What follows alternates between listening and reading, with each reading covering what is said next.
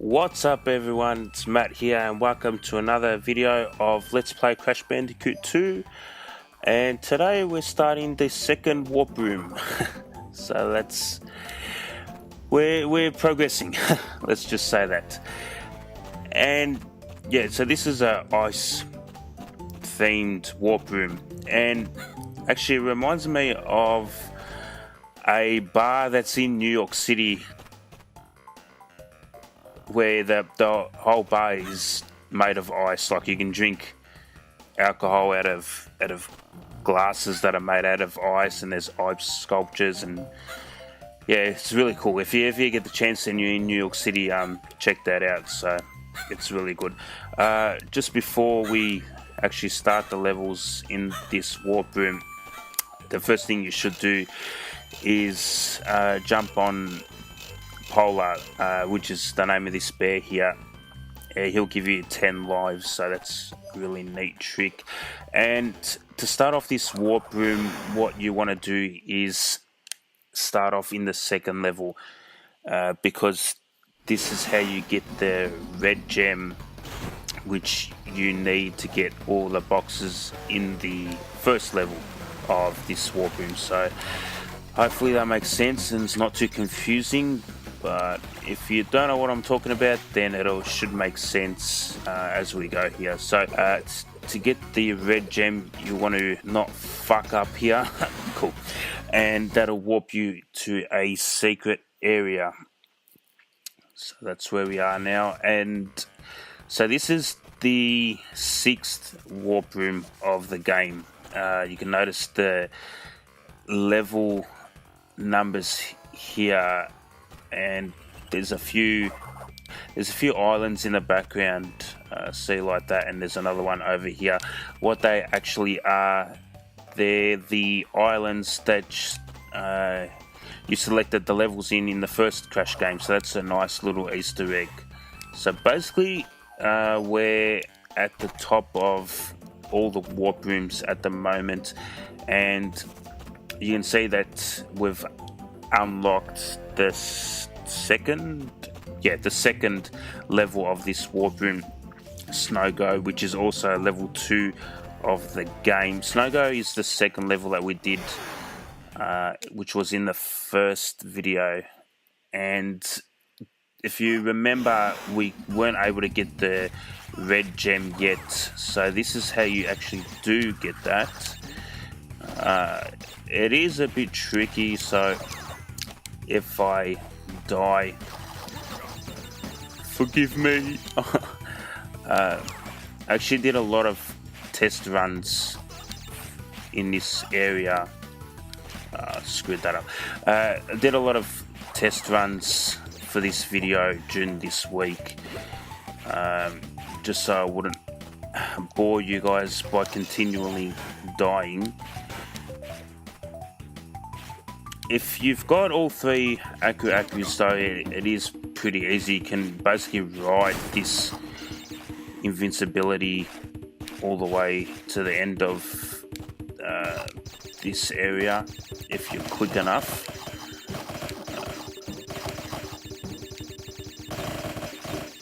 And that gives you the sparkling effect. Okay.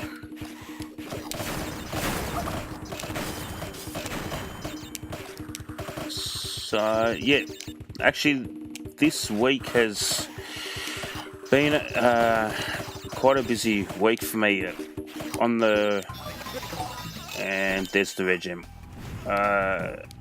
On the weekend, I took a drive up to my friend's house in Rye, which unless you live in Melbourne, you probably don't know what that is, but it's basically like the Bayside area where a lot of people have sort of holiday houses and stuff like that. So my friend's got a holiday house. We took a drive up to there, which is about a 2-hour drive, and he actually has his cousin staying over from Greece. He's just moved to Australia maybe 2 weeks ago, and yeah, got to spend some time with him. And he's actually a professional soccer player. He played for a few big clubs in Greece, and he's now taken his career to Australia, which is pretty cool. Just showing him around like all the different areas, and he's quite amazed at seeing everything new for the first time. And he keeps describing how different things are here compared to Greece, and is looking to get signed by Melbourne Victory, which is probably it is the biggest club in Australia in terms of soccer. So, and he had his tryout not long ago, so hopefully he does get in there. Okay, so now we're back into the second warp room, and now that we've got the red gem, we can actually start the first level of this second warp room. So here we go, and we want to get all the boxes, obviously, as always.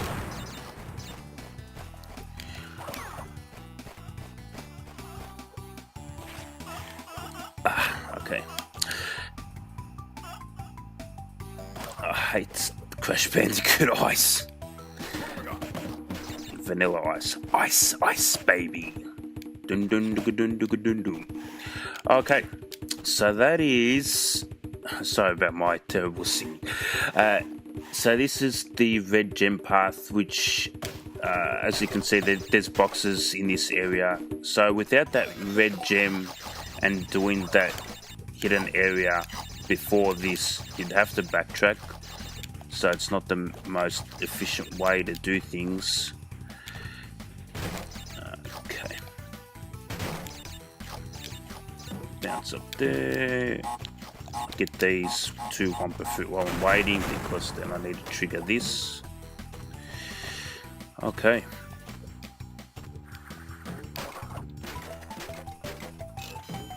Yeah, actually Melbourne,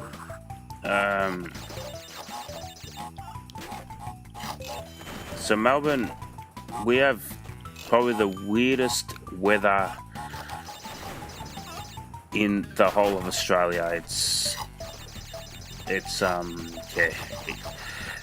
one second it'll be raining, the next second it'll be sunny, and we just keep repeating that pattern over and over for the whole day. We get 4 seasons in the same day as the locals here, so it's just, it's kind of annoying, but at least you won't have your fuck you. Oh, you won't have the weather that you dislike for too long, but you won't have the weather that you like for too long either. So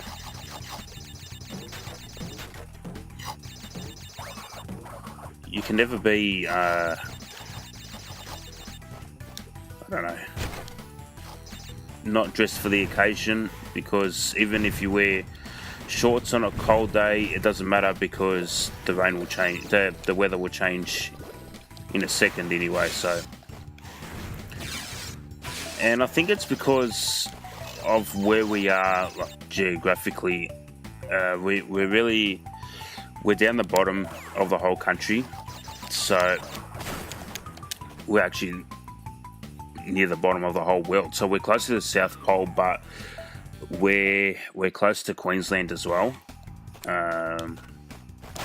It's just 2 states over. So I think we get the hot air from there, and then the cold air from the bottom.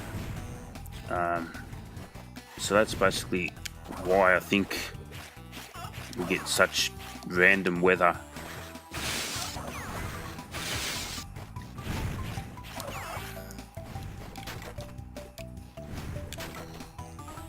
Okay. Skip through there before they fall on you, and the bonus area. And yeah, damn, almost died. Shit. I also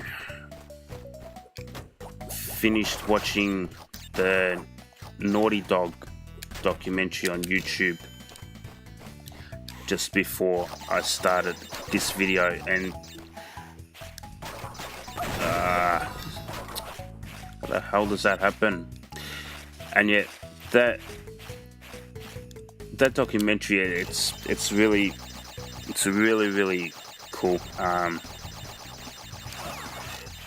and it's a really inspiring story about Andy and Gavin, the creators of Naughty Dog. How fuck that, how they how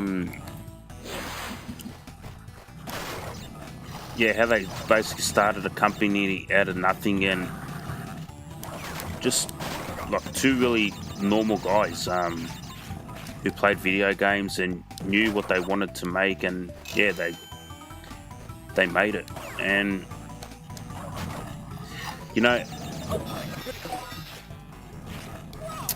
why do I keep dying now? At least I've got all the boxes, so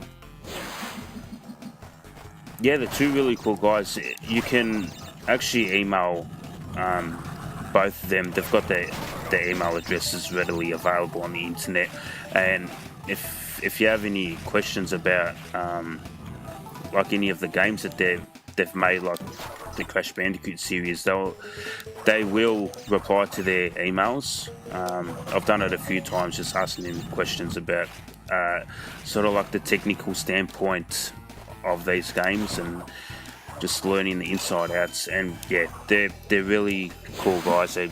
They've always replied to my emails, and yeah, I do suggest you check out the documentary on that company, because it's a really inspiring story, and a lot of ups and downs. And even though they're not in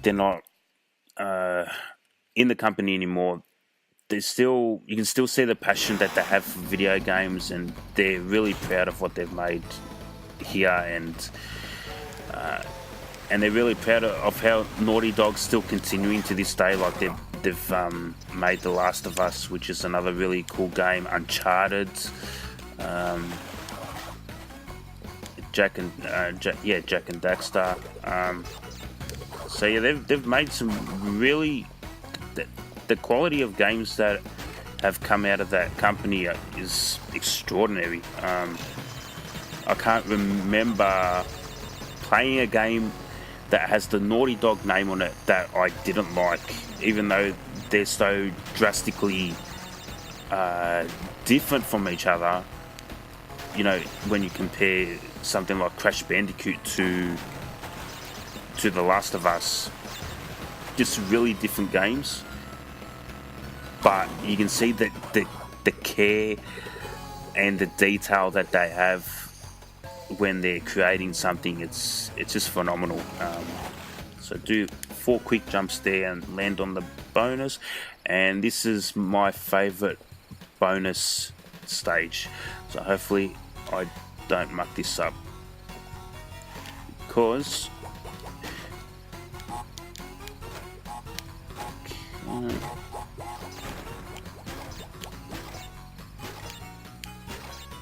it's just box after box. It's really cool. That wasn't too bad. I've done better in my practice runs this week, but yeah.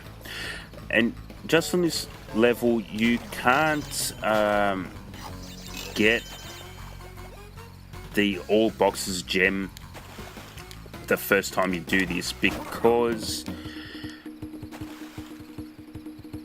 there's also another warp area like the one that we had to take to get the red gem. There's a hidden area in this level that you can only get by taking a warp that's on a later level. So but what we will do, we will get the Death Path gem. So that platform that we rode to this area of the level, you can only get that if you haven't died in the level before getting to that point.